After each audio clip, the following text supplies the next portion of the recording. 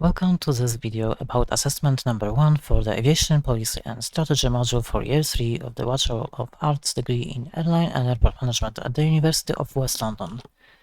In this assessment, we are asked to choose a piece of aviation policy or strategy and answer this question: how do the strategies outlined in the policy make that organization more attractive and competitive? We need to use 3 models, write a 2000-word essay and submit it by Friday the 16th of April 2021. If you have an extension or mitigation or receipt or watch it next year, this video may still be useful for you. We need to choose 3 models out of those covered in class. Our lecture's favorite models are Porter's 5 Forces, Mintzberg's 5 P's of Strategy, and Mendelow's Matrix. So I'm only going to discuss these 3, and there are links in the description below to all other models explained in other videos. But in our essay we need to list or briefly mention the other models to show that we understand them, but we have chosen those 3. The Porter's 5 Forces model is used to analyze competition of a business. Essentially, in this model there are 2 powers, 2 threats, and how it works together. New entrants may leverage their expertise if coming from another market, such as coming to aviation from the transport industry. We need to consider barriers to entry. Low barriers mean the threat of new entrants is high, and high barriers mean the threat is low. The barriers may be licenses, professional qualifications, or expertise to obtain before entering the market. A substitute product or service uses a different technology to solve the same need. For example, meeting online for business reduces the need to travel for those meetings. The bargaining power of suppliers means potential issues with raw materials, services, labor. They may be caused by having only one supplier of the raw material, or by labor unions, or by having very specialized workforce. The bargaining power of customers or buyers means they can buy from many similar companies. If we are their only supplier, they have no choice and their power is low. But if there are many alternatives, their power is high. For example, when many airlines fly from the same airport to the same destination at similar times and prices, passengers can choose any of them. The loyalty can be managed with loyalty programs. To market a product or service, we need to understand the competitive rivalry of the industry, or how the public perceives our product or service and values it over or under those of the competitors.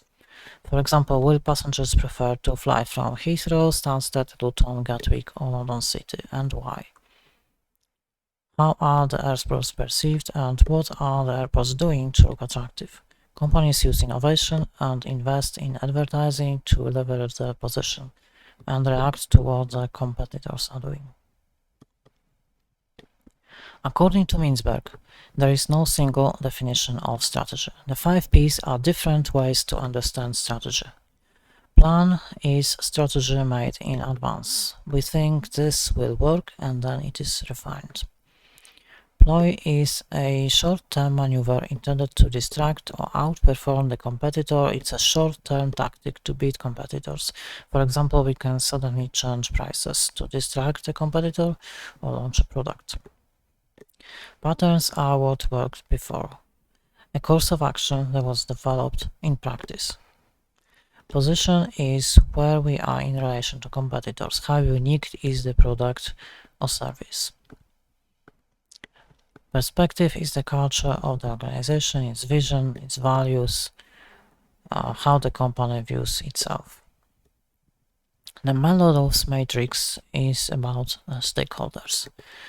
Stakeholders with low power and low interest only need to be monitored, typically the local community or media, but this depends on the business. Local residents around a noisy business like an airport may be very interested, and those with high power and high interest are the key players in the business, like the boss.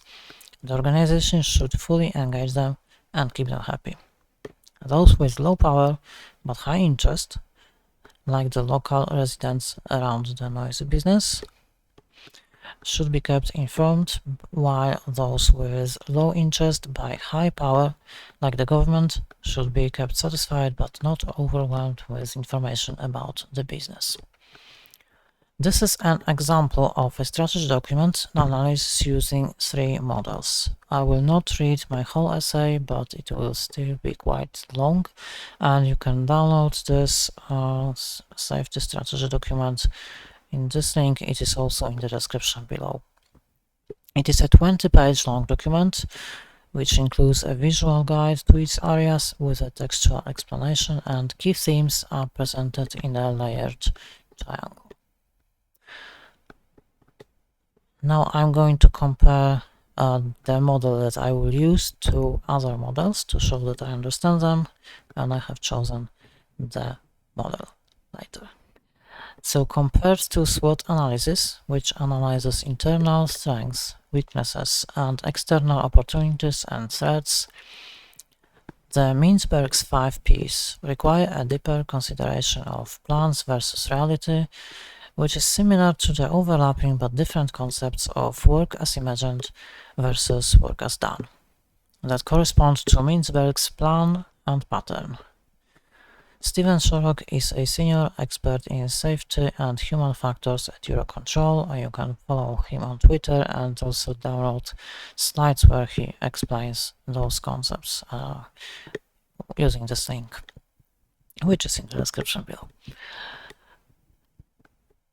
Plan is, well, this is an update on the 2020 strategy. The 2030 strategy reviews the impact of the previous version, which was the plan, highlighting the key areas that were interpreted and implemented differently by internal and external stakeholders. In terms of ploy, due to the very nature of safety, no misleading claims come from NATS, no short-term tactics, but it can be argued that the strategy itself was developed to outperform the competitors. Pattern is a strategy that emerges from practice rather than by design. NATS has decided to retain the 4 key themes from the previous policy.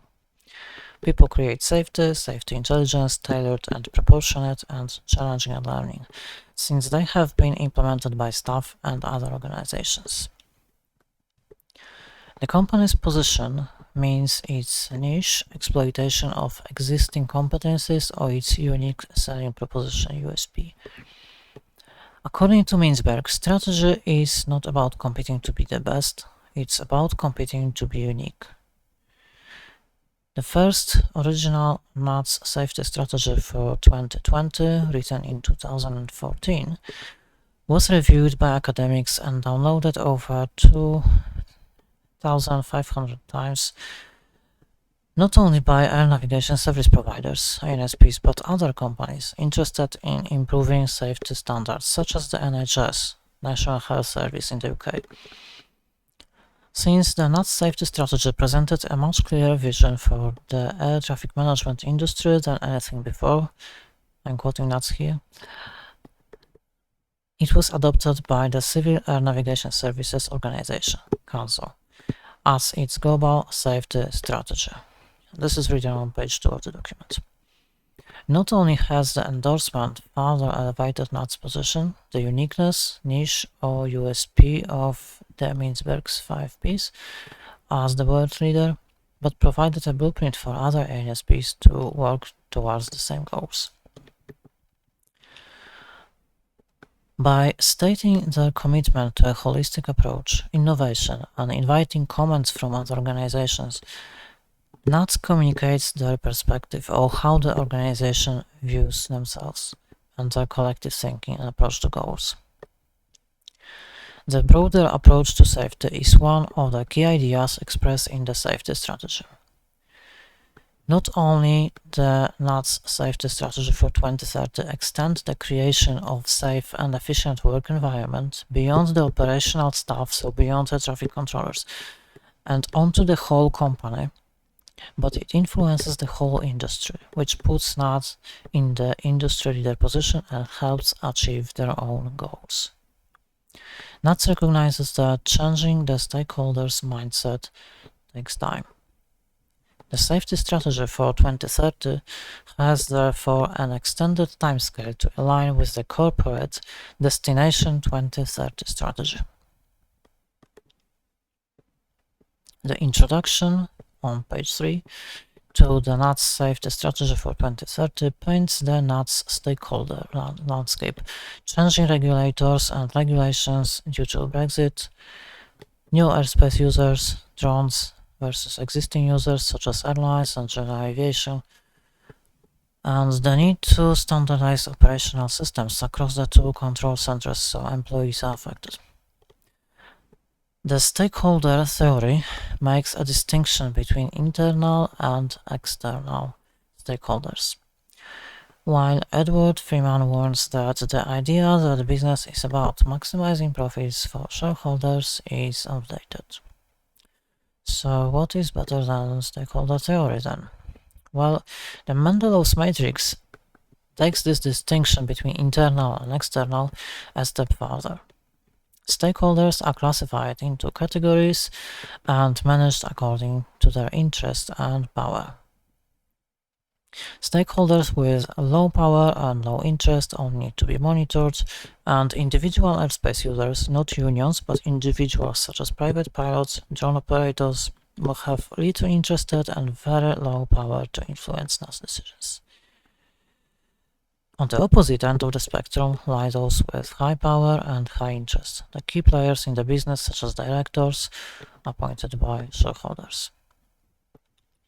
This is a company structure slide from NATS, a little updated. NATS is a public-private partnership owned by the government in 49%, 42% by airlines, 4% by Heathrow, and 5% by employees.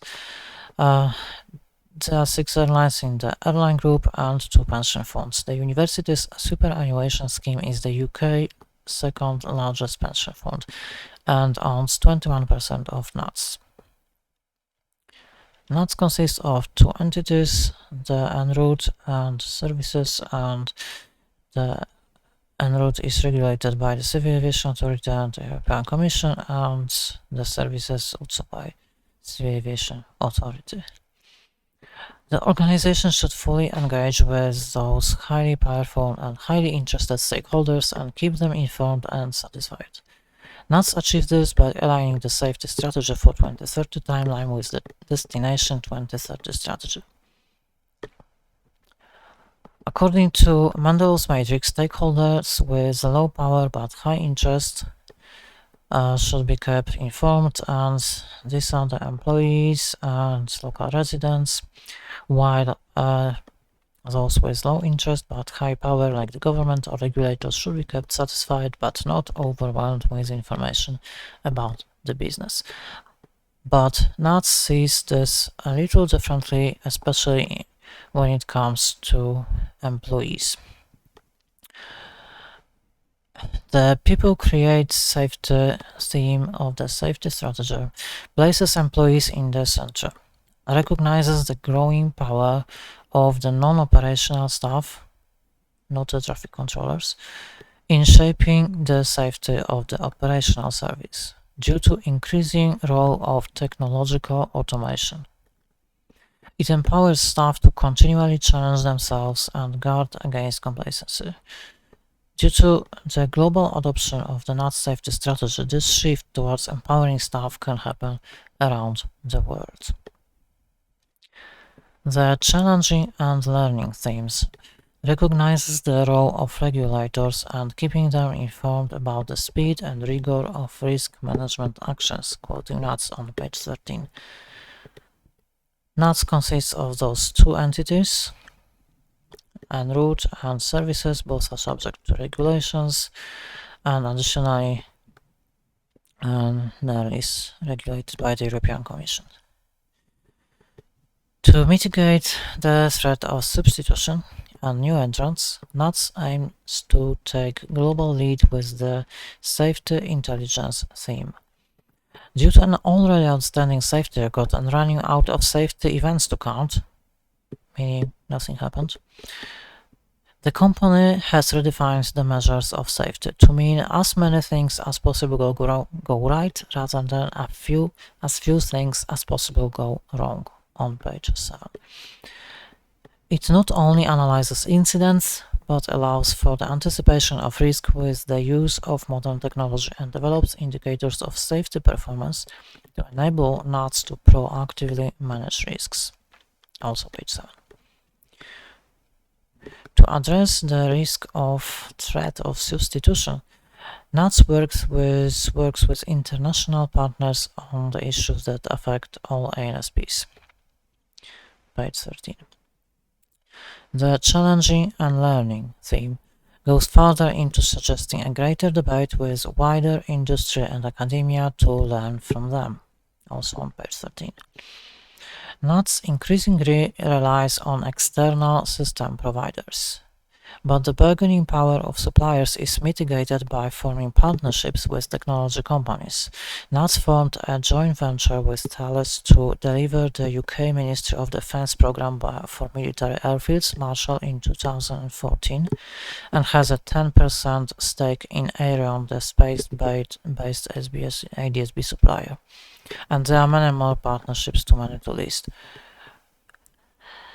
In our essay, we can also indicate if the strategies outlined in the policy do not make those organizations more attractive or competitive, or when they are missing or not addressed enough. And the bargaining power of buyers is not addressed per se in the Safety Strategy 2030. Well, NATS en route is an economically regulated business, and it was assumed before COVID, before the pandemic, that the air navigation fees would be paid by airlines and airspace users, but airlines mostly, in an ongoing manner. However, in April 2020, the airlines were allowed to delay their payment, and to make ends meet, NATS was eligible for a 92 million loan, £92. This created a knock-on safety risk as, due to financial issues, NATS had to terminate 122 trainees, risking not having enough air traffic controllers in the future when the traffic returns. The intentions of cooperation, dialogue, and working together with other organizations did not prove sufficient in the time of crisis. The principle of understanding real risks, quoting NATS on page 10, was not sufficiently explored. NATS' motto is advancing aviation, keeping the skies safe.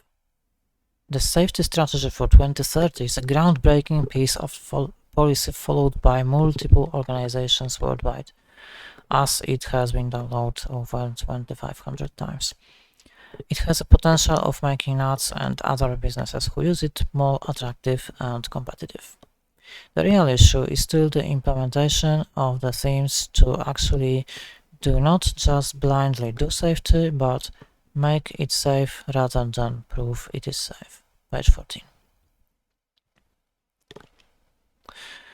I have not read the whole essay, there are more details, but this should give you a general idea of how to use 3 models to evaluate a policy document. The link to the policy and the sources I used are in the description below. If this was helpful, please click like and consider subscribing, and let me know what topics or assessments you would like me to cover next. Thank you for watching, see you next time, and good luck with your assessment.